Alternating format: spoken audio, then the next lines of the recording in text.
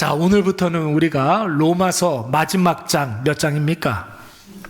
16장 말씀을 묵상하도록 하겠습니다. 여러분, 이 로마서 16장 말씀은 로마서 말씀의 가장 마지막 부분에 있는 말씀이기도 하지만 우리가 굉장히 중요하게 생각해야 할 여러 가지 영적인 진리들이 많이 들어가 있습니다. 지난주 한번 정리 한번 해볼까요? 지난주에 우리는 사도 바울이 로마 교회 성도들에게 부탁한 기도 제목 3가지를 생각해 보았습니다. 첫 번째가 무엇이었습니까? 아무리 핍박받고 힘들고 어려운 순간에 있다 할지라도 절대로 어떻게 되지 아니하도록, 세속화되지 아니하도록 나를 위해서 기도해다오, 이렇게 기도해달라고 로마 교회 성도들에게 부탁을 했어요.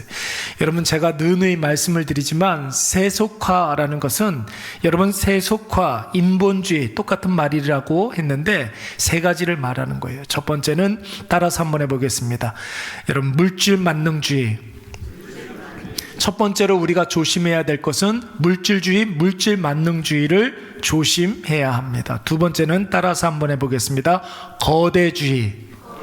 거대주의라는 것은 무엇이냐면 눈에 보이는 좋아 보이는 거, 편해 보이는 거, 큰 거, 이런 것 쫓아가는 그런 마음들을 말하는 것입니다.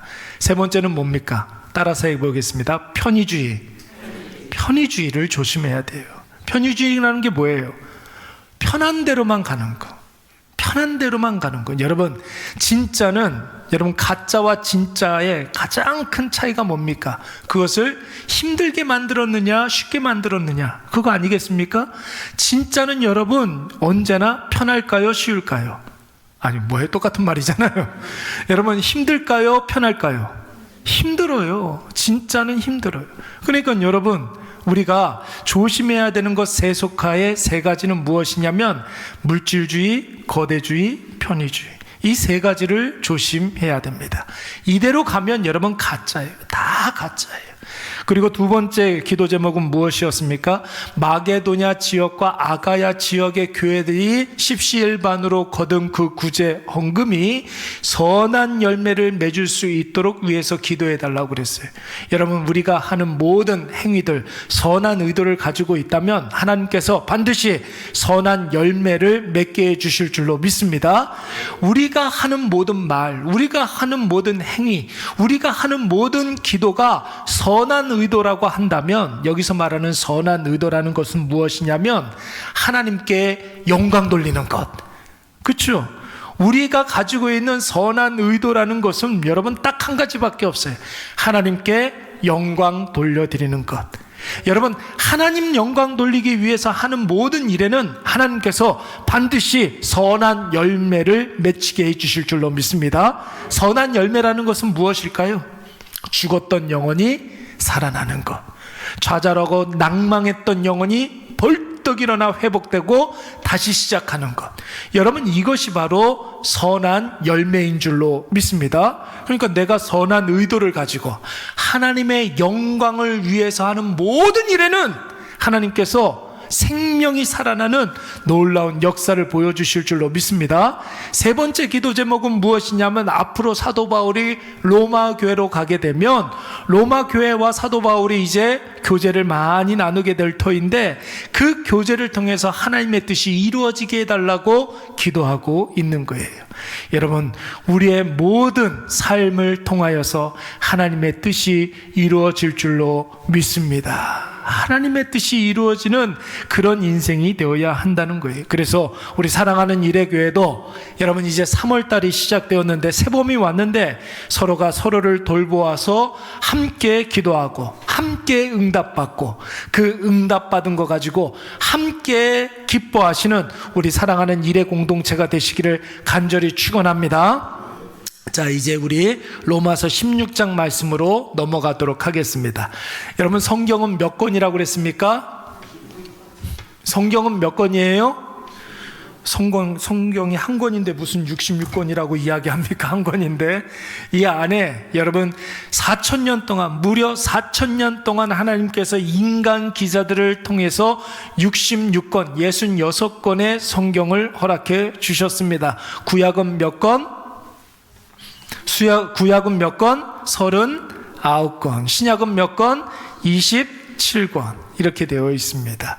여러분, 성경 66권 중에 가장, 모든 성경이 다 중요하지만 여러분, 복음의 차원에서 본다면, 우리가 예수 그리스도의 은혜의 차원에서 본다면 가장 중요한 성경이 뭐라고 그랬어요?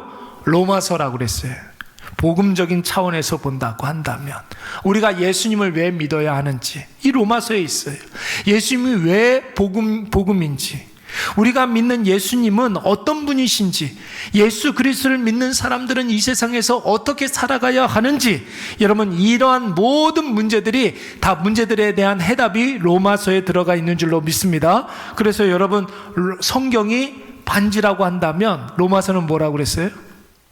보석이라고 그랬죠. 보석이라고 그랬죠. 거의 뭐 다이아몬드가 됐든지 뭐가 됐든지 간에 보석이라고 그랬어요. 그래서 여러분, 우리가 믿는 예수 그리스도가 어떤 분이신지 로마서를 통해서 계속해서 여러분 묵상하시고 영적인 깨달음을 많이 가지시기 바랍니다. 자, 그렇다면 여러분, 중요한 성경 로마서의 마지막 장이라고 한다면 16장이 마지막 장이라고 그랬잖아요. 로마서 전체의 말씀을 정리하는 결론 부분이 들어가 있어야 마땅합니다. 그렇잖아요, 여러분. 로마서 16장 중에 마지막 장이 16장이라고 한다면 16장 안에 로마서의 결론 부분이 들어가 있어야 되잖아요. 근데 여러분 한번 보세요. 로마서의 마지막 장 16장 말씀에서는 로마에 살고 있는 사도 바울의 지인들 혹은 27명을 열거하면서 여러분 그들에게 안부 인사를 하고 있습니다. 여러분, 로마서 16장 말씀에 사도 바울이 언급하고 있는 인물들이 몇 명이라고요? 27명이라고 했습니다. 이 사람들의 이름을 열거하면서 안부 인사를 나누고 있는 거예요. 여러분, 우리가 이것을 어떻게 해석해야 될까요? 여러분, 결국 복음의 결론은 무엇입니까? 사람이라는 거예요.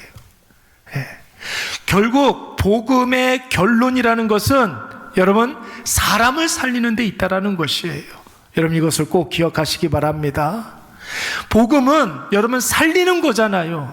복음 그 자체로는 아무 의미가 없어요. 그런데 복음이 나에게 왔을 때 나의 죽었던 영혼이 다시 살아나고, 우리가 그 복음을 증거했을 때 그 복음이 좌절하고 낭망해 있는 사람들, 삶의 사망 가운데서 여러분 유리방황하고 있는 그런 사람들을 건져내게 될 줄로 믿습니다. 그래서 여러분, 복음은 구원하는 놀라운 능력이 있다고 그랬어요.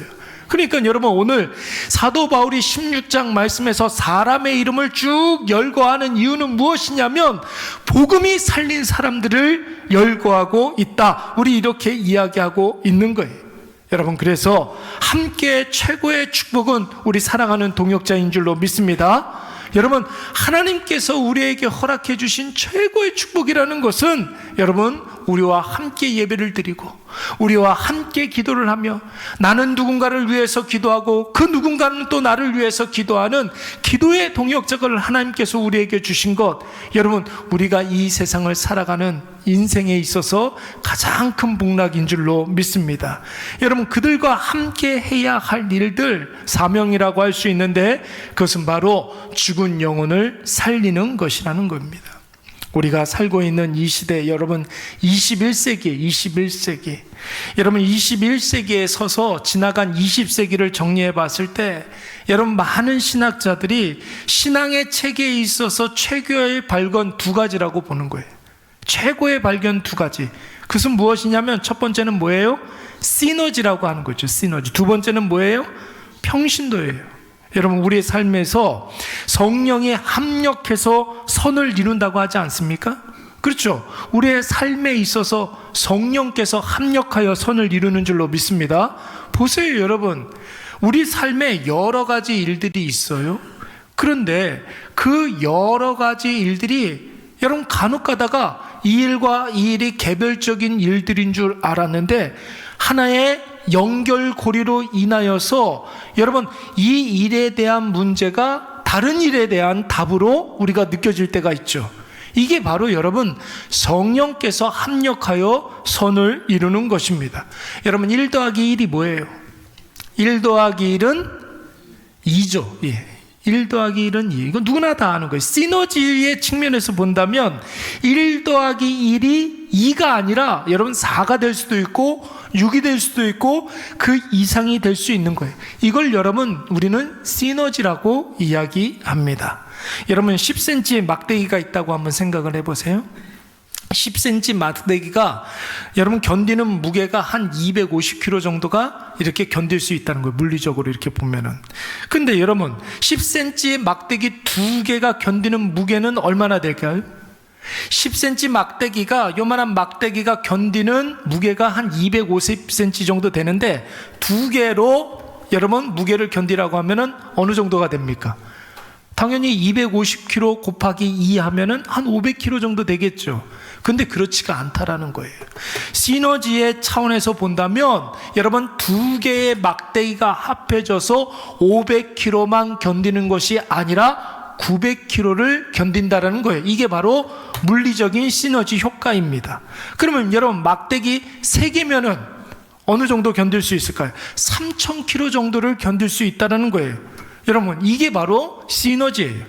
나하고 네가 힘을 합쳐서 합력하여 선을 이루게 한다면 그 사람의 힘과 나의 힘을 더한 값만 우리가 능력을 발휘하는 것이 아니라 그 이상의 능력이 나타난다는 것이죠. 보세요 여러분, 혼자 독창하는 것도 여러분 얼마나 아름답습니까? 그렇죠? 노래 잘하는 사람이 독창을 한다고 생각을 해보세요. 감동이 되겠죠. 근데 여러분 저는 그래요.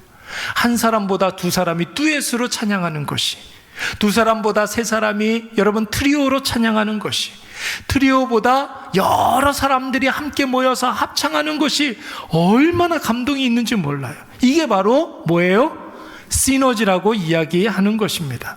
힘을 합하면 더 큰 힘을 합하는 것, 여러분 이것이 바로 성령의 놀라운 역사인 줄로 믿습니다. 성령께서 오늘도 우리의 삶에 시너지의 역사를 보여주신다는 거예요. 그러니까 여러분 우리가 하나님께서 하시는 일들을 내 힘과 내 지성으로 판단할 수가 있어요, 없어요?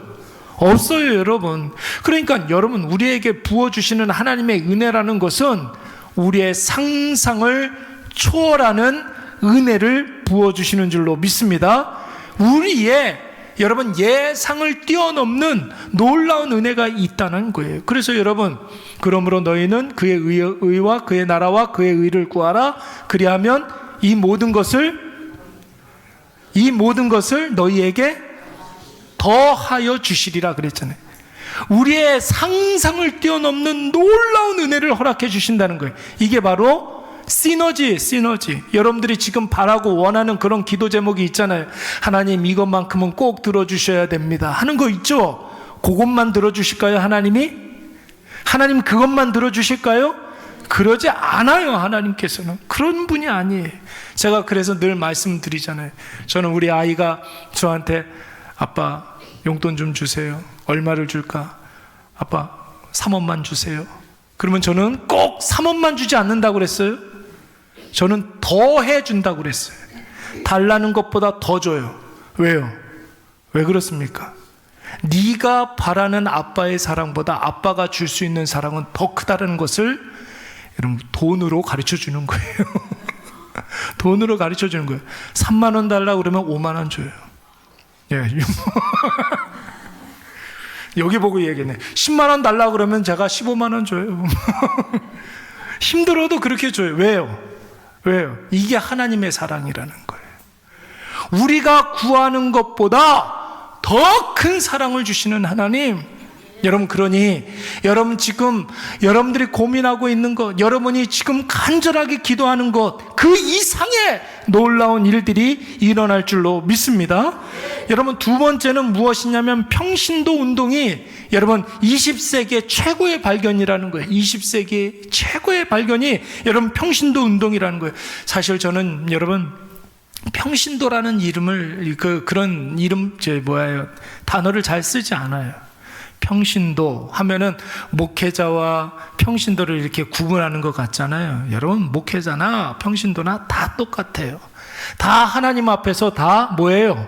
한 사람의 성도예요, 성도. 목사나 장로나 집사나 권사나 다 마찬가지예요, 여러분. 다 하나님 앞에 똑같은 성도입니다. 그래서 제가 목회자와 평신도를 이렇게 구분하기 위해서 어쩔 수 없이 이런 평신도라는 말을 쓰기는 하지만 평신도라는 말 좀 별로 이렇게 좋아하지 않습니다. 제가 옛날에 참 좋아했던 목사님, 옥하는 목사님이 책 한 권을 썼는데 평신도를 깨운다라는 책을 쓰셔서 그 책으로 이제 제자 훈련을 많이 하셨어요. 어떤 분들은 개신교에 잠들어 있는 평신도를 깨워서 교회가 자꾸만 싸운다 그렇게 이야기하는 분들도 있지만, 여러분, 평신도를 깨운다는 말은 그런 의미가 아니에요. 성도 한 사람 한 사람이 하나님과 나와의 관계를 바르게 인식하고 그 관계를 중심으로 자기의 삶을 살아낸다는 뜻이죠. 여러분, 우리의 신앙은 철저히 개인적인 신앙에서부터 시작되어야 할 줄로 믿습니다. 개인적인 신앙이라는 게 뭐예요?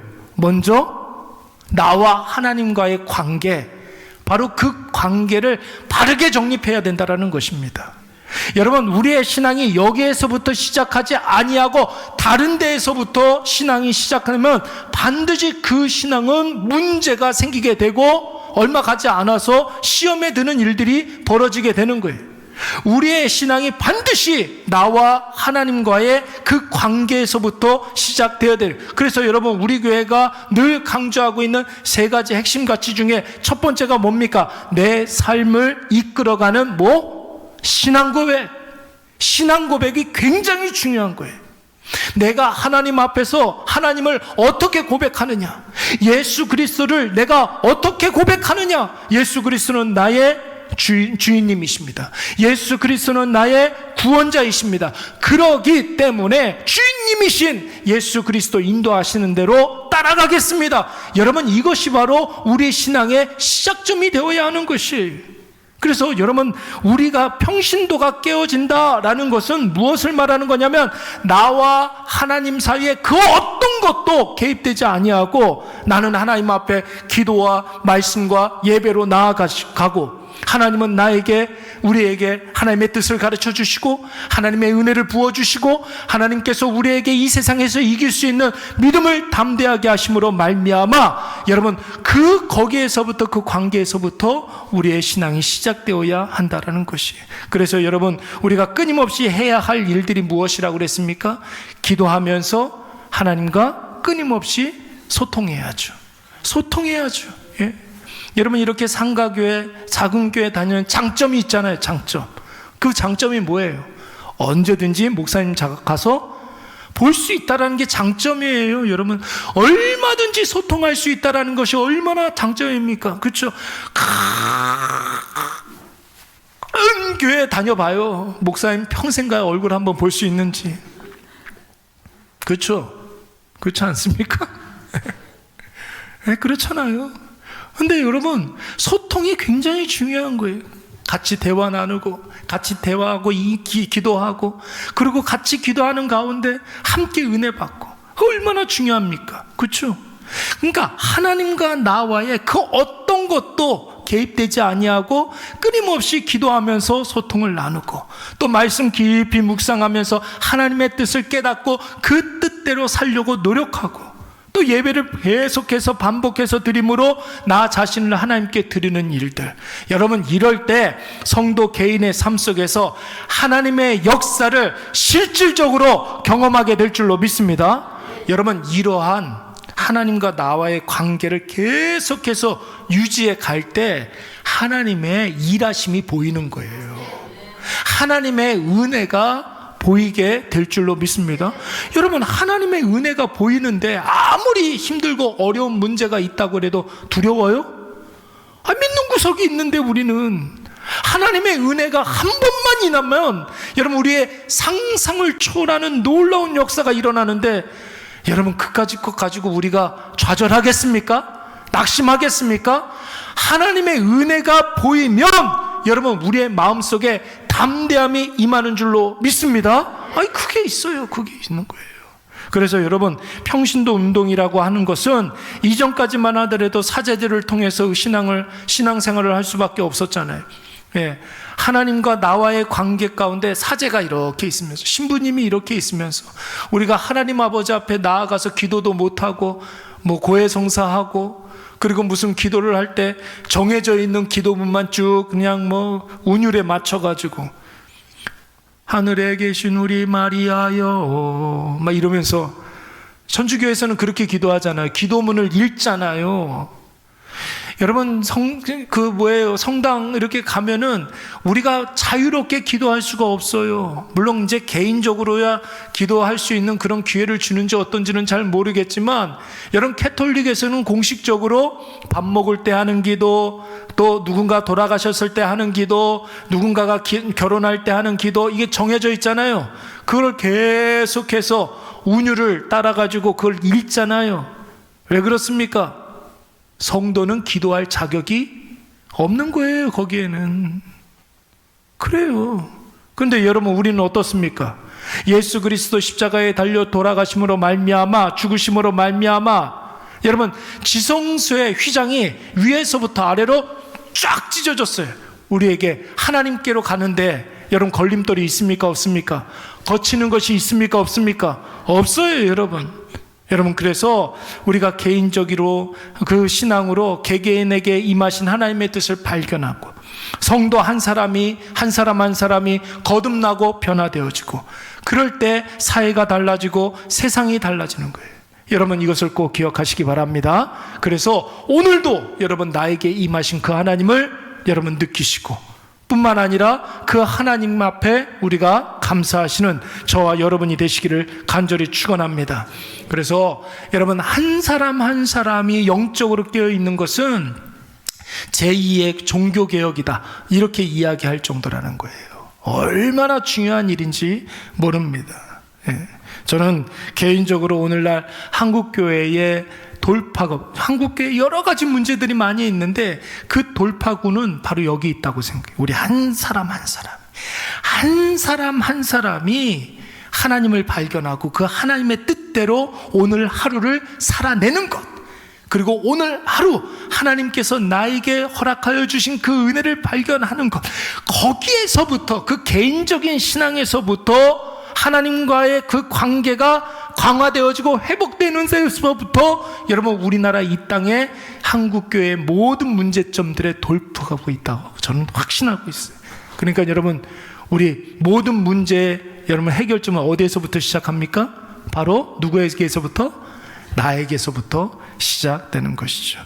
여러분, 실제로 한국교회도 이제 목회자가 현저하게 줄어들고 있습니다. 그래서 여러분, 여성 안수를 시행하는 교단도 굉장히 많아지고 있고, 우리 교단에서도 여러분 이제 뭐 곧 이제 될 것 같아요. 아직까지는 여성 목사 안수를 시행하고 있지는 않아요, 대한예수교 장로회 합동 측에서는. 근데 지난해 총회에서 이거는 건 좀 알아놔야 될 것 같아요. 여성 강도권을 허용했습니다. 이건 뭐 여성 목사 안수로 이게 나아가는 어떤 하나의 과정이라고 볼 수가 있죠. 여성에 대한 인식의 변화, 여성 차별적인 독소 조항 타파하는 그런 개념이 아니라, 여러분, 중요한 건 뭐냐면 모든 성도들이 하나님의 거룩한 제사장으로 쓰임받을 수가 있는 거예요. 그러니까 교회 안에서도요, 여러분, 평신도 한 사람 한 사람이 각자의 맡은 그 분야에서 하나님 앞에 선 단독자로 여러분 쓰임받아야 될 줄로 믿습니다. 바로 오늘 이것이 로마서 16장에서 이야기하고 있는 거예요. 그래서 우리가 한 가지 결론에 도달할 수가 있는데, 여러분, 하나님의 일은 혼자서 할 수 있다, 없다? 하나님의 일은 혼자서 할 수 있어요, 없어요? 여러 동역자들이 하나가 되어서 하나님의 영광이라는 동일한 목적을 가지고 서로가 이렇게 부족함을 채워주고 서로의 연약함을 도와주면서 합력하여 선을 이루어야 될 줄로 믿습니다. 그리고 두 번째 원리는 무엇이냐면, 하나님 앞에 우리가 수고하고 애쓸 때 여러분, 하나님께서 우리의 수고를 절대로 잊지 않으신다는 거예요. 우리가 협력하고 동역할 때 하나님께서 그 가운데서 선한 열매를 많이 맺게 해 주실 줄로 믿습니다. 그러니까 여러분, 우리가 서로가 서로를 위해서 기도할 때 시너지가 나타나는 것이죠. 예, 그러면서 하나님께서 우리가 기도했던 모든 기도에 응답을 하심으로 말미암아 나도 느끼고 기도했던 사람이니까 다른 사람들도 느끼면서 함께 즐거워할 수가 있는 것입니다. 여러분 오늘 보세요. 로마서 16장 말씀에 보면 사도 바울의 동역자들의 이름이 쭉 이렇게 나오고 있는 거예요. 아까 전에 몇 명이라고 그랬습니까? 로마서 16장에 27명이라고 그랬죠. 근데 여러분 여기에는 여성의 이름도 많이 나오고 심지어 노예의 이름도 많이 나오고 있어요. 여러분 사도 바울은 성경은 사람들에게 비중 없던 사람들에 대해서 굉장히 큰 관심을 갖고 있어요. 오늘 로마서 16장도 사도 바울 사역에 있어서 동역자로 거론되고 있는 사람들 가운데 여성 사역자, 노예 사역자 이런 사람들이 굉장히 많이 포함되어 있어요.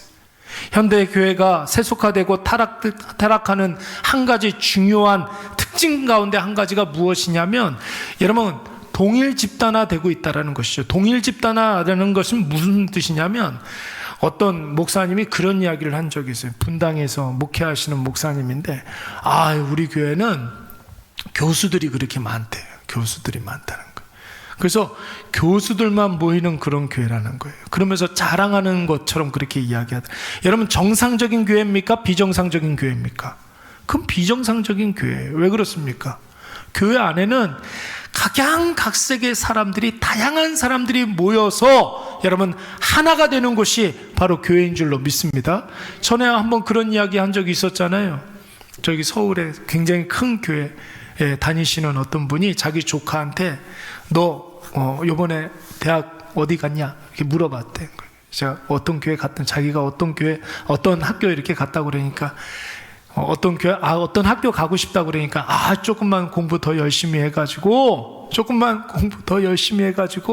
서강대 정도 가면 우리 교회 나올 수 있어.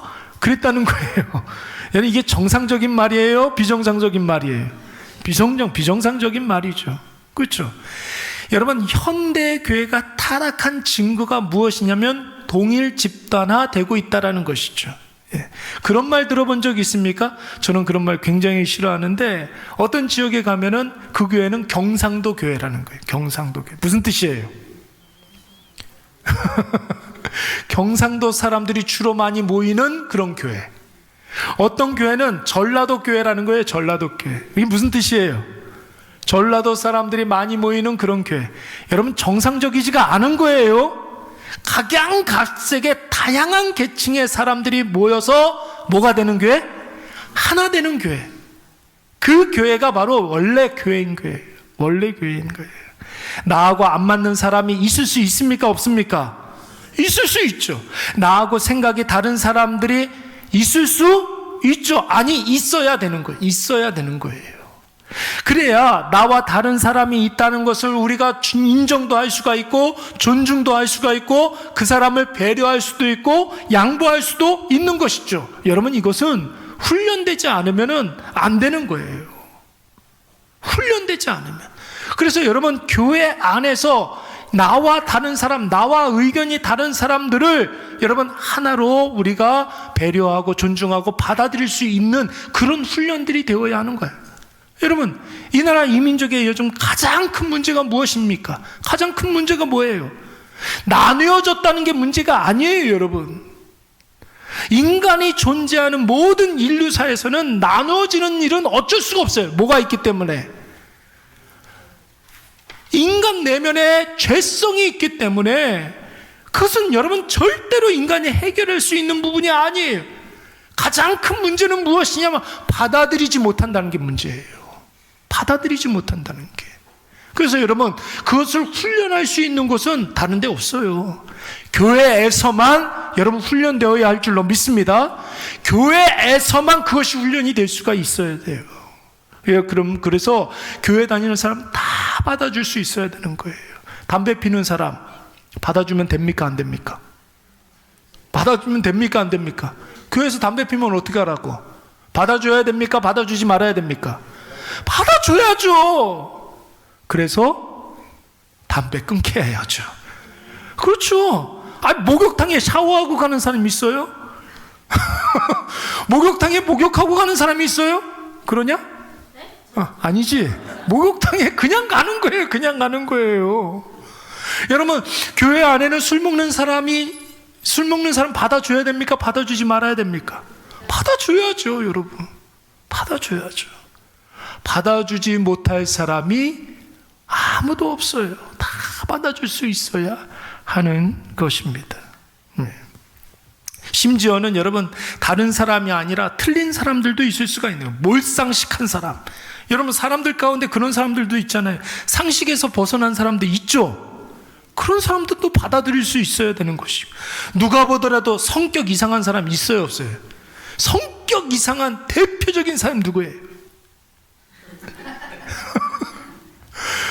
저도 성격 이상한 사람이에요. 그렇잖아요. 예.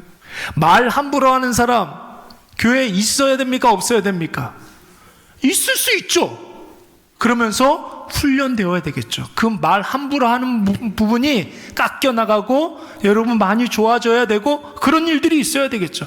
모든 사람들이 꺼려하는 사람들도 교회 안에는 있어야 되는 거예요. 그러면서 감싸주고 덮어주고 불쌍히 여겨주면서 그 사람을 통해서 하나님 앞에서의 나의 모습도 발견하고 함께 변해져 가는 곳이 바로 교회인 줄로 믿습니다. 성경에는 당시에는 사람 취급도 못 받던 사람들이 많이 소개되고 있지 않습니까? 여러분, 대표적인 사람, 여리고의 유명한 기생, 말이 좋아 기생이지 원래 여러분 직업이 뭐예요, 이 사람? 예, 나그네에게 직업 여성이에요. 직업 여성. 예, 나그네에게. 그러니까 여리고 성의 가장 유명한 기생 라합. 여러분, 이 사람을 어떻게 거룩한 성경에서 언급할 수 있겠습니까? 받아주는 거예요. 그래서 여러분, 여리고성에서 유일한 생존자가 누구예요? 유일한 생존자가 누구예요? 라합 아닙니까? 라합. 붉은 줄을 매서 예수 그리스도의 보혈의 피로 말미암아 이 라합만 살았단 말이에요. 룻은 여러분 출신이 어디예요? 모압이에요. 모압 여인 룻. 이스라엘 사람들이 이 사람을 받아줄 수 있습니까? 아니죠. 근데 모압 여인 룻을 통하여서 누가 나왔어요? 오벳이 나오고, 오벳 다음에 이새가 나오고, 이새 다음에 다윗이 나왔잖아요. 다윗의 자손 예수 그리스도. 누구를 통해서? 모압 여인 룻을 통하여서. 다윗도 여러분 불륜을 저지르고 아이까지 낳은 사람이에요. 예수님의 12명의 제자들 가운데 상당수가 천민이었고, 심지어 세리도 있었고, 과격한 열심당원도 있었어요. 그런데 이 모든 사람들이 예수 그리스도 안에서 각 사람마다 예수 그리스도 안에서 다 의미가 있어서 함께 거룩하여지고 함께 성장해 간 줄로 믿습니다. 그러면서 교회는 서로가 서로를 위해서 기도해 주면서 나도 변하고 그 사람도 변화지고 우리가 주 안에서 조금씩 성장하고 자라는 모습을 확인할 수가 있게 되는 것이죠. 그래서 여러분 1절부터 16절까지 말씀을 보면 로마에서 지내고 있거나 로마에 가게 될 그리스도의 이름들이 쭉 이렇게 나오고 있는데, 제일 먼저 나오는 사람이 누구예요? 제일 먼저 나오는 사람이 베베라는 사람이에요. 발음 정확하게 해야 돼요. 베베라는 사람이에요. 여러분, 이 사람은 남자일까요? 여자일까요? 남자일까요? 여자일까요? 여자예요, 여자. 아까 전에 27명 중에 여자 이름이 많이 나온다고 그랬는데 무려 9명이나 나온단 말이에요. 그 9명 중에 27명 중에 제일 먼저 사도 바울이 언급하는 사람이 남자예요, 여자예요? 여자부터 이야기하는 거예요. 베베라는 사람은 여러분 어떤 사람이냐, 상식적으로 좀 알아둘 필요가 있어요. 이 로마서를 들고 고린도에서부터 어디까지? 로마로 가서 이 서신을 전해준 사람이 바로 베베예요. 이 로마서를 들고 사도 바울이 쓴 이 서신서를 들고서 로마에 가서 로마 교회 성도들에게 전달해 준 사람이 바로 베베입니다. 여러분, 이거를 그냥 전달만 해줬다라고 생각하면 안 돼요. 이 사람은 사역자로 로마 교회에 사도 바울이 파견한 여성 사역자였다라는 것입니다. 여러분, 바울이 로마서를 어디에서 썼다고 그랬습니까? 어디서 썼다고 그랬어요? 고린도에서 썼다고 그랬죠. 로마서를 고린도에서 썼습니다. 그러니까 고린도에서 살다가 이 베베가 로마서를 들고 로마로 가서 바울이 로마에 도착할 때까지 로마 교회 성도들과 함께 그들을 영적으로 지도하면서 함께 사역했던 사람이 바로 베베였습니다. 여러분 한번 보세요. 사도 바울이 심혈을 기울여서 쓴 이 로마서를 복음이 무엇인지, 예수께서 왜 이 세상에 오셨는지, 예수 믿는다는 것은 또 어떤 의미가 있는지, 예수 믿는 사람들은 어떻게 살아야 하는지를 기록한 이 로마서를, 이 중요한 서신서를 아까 전에 반지의 보석과 같은 성경이라고 하지 않았습니까? 이 보석과 같은 성경을 바울은 주저없이 누구한테 맡긴 거예요? 베베한테 맡긴 거예요. 그리고 로마서 16장 말씀에 가장 먼저 언급한 사람이 바로 이 베베였습니다. 로마서 16장에서 언급한 사람이 여러분 27명인데 그 중에 9명이 여자라고 했어요. 제일 먼저 나오는 여인이 바로 베베였어요. 여러분, 그만큼 이 베베가 사도 바울에게 있어서는 굉장히 중요한 동역자라는 것이죠. 여러분 1절 말씀 한번 보세요. 베베는 또 어디 출신이라고 그랬습니까? 갱그레아라는 곳의 출신이라고 그랬어요. 갱그레아. 여러분 갱그레아가 어딘지 한번 볼까요? 지도에? 지도 이렇게 보면 고린도 보이죠? 고린도가 보이죠? 그렇죠? 고린도 바로 옆에 갱그레아라는 곳이 있습니다. 여러분 갱그레아라는 곳도 항구고 고린도도 항구예요. 지도에서 이렇게 보면은 어떻게 보이는지 모르겠는데, 자 보실까요? 배 타고 이렇게 와가지고 갱그레아에 와가지고 육로로 이렇게 움직여서 이렇게 가면 여러분 그 해상로가 굉장히 단축이 되겠죠. 그렇죠? 이렇게 돌아가지 않고 이렇게 가면은 굉장히 단축이 되겠죠. 물류비가 굉장히 적어지겠죠. 그래서 고린도에는 두 개의 유명한 항구가 있었던 거예요. 갱그레아하고 고린도하고. 그러니까 여러분 갱그레아가 얼마나 중요한 항구였겠습니까? 그 갱그레아 출신이었다라는 거예요.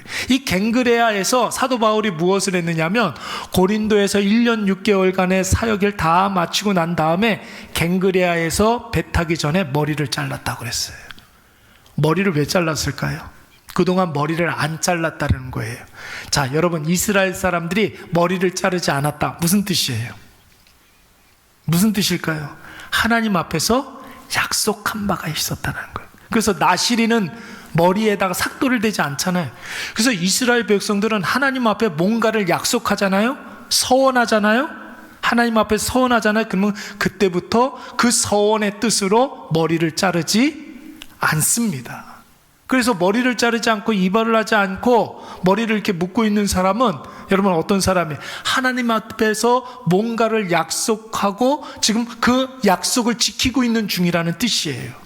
자, 저희 사도 바울이 1년 6개월 동안 여러분 머리를 자르지 않았던 거예요. 왜 그랬을까요? 고린도 교회에서 내가 여기에서 교역자로 사역자로 내가 하나님 앞에 서원한 시간들이 있었기 때문에 그런 거죠.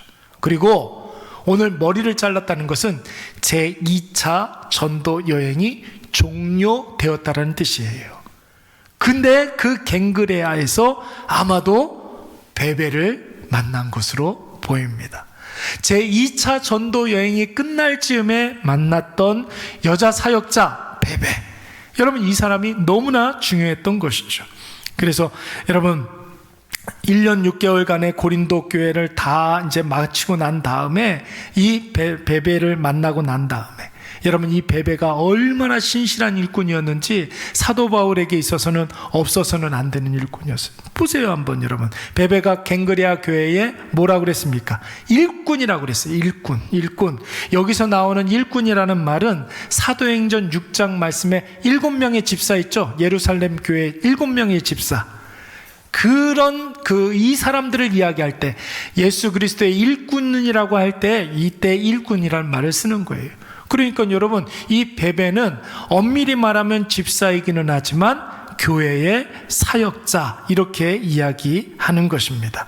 오늘 이 베베를 여러분 사도 바울이 로마 교회에 보내가지고 사도 바울이 로마 교회에 가기 전까지 그 로마 교회를 잘 보살피게 했다라는 것입니다.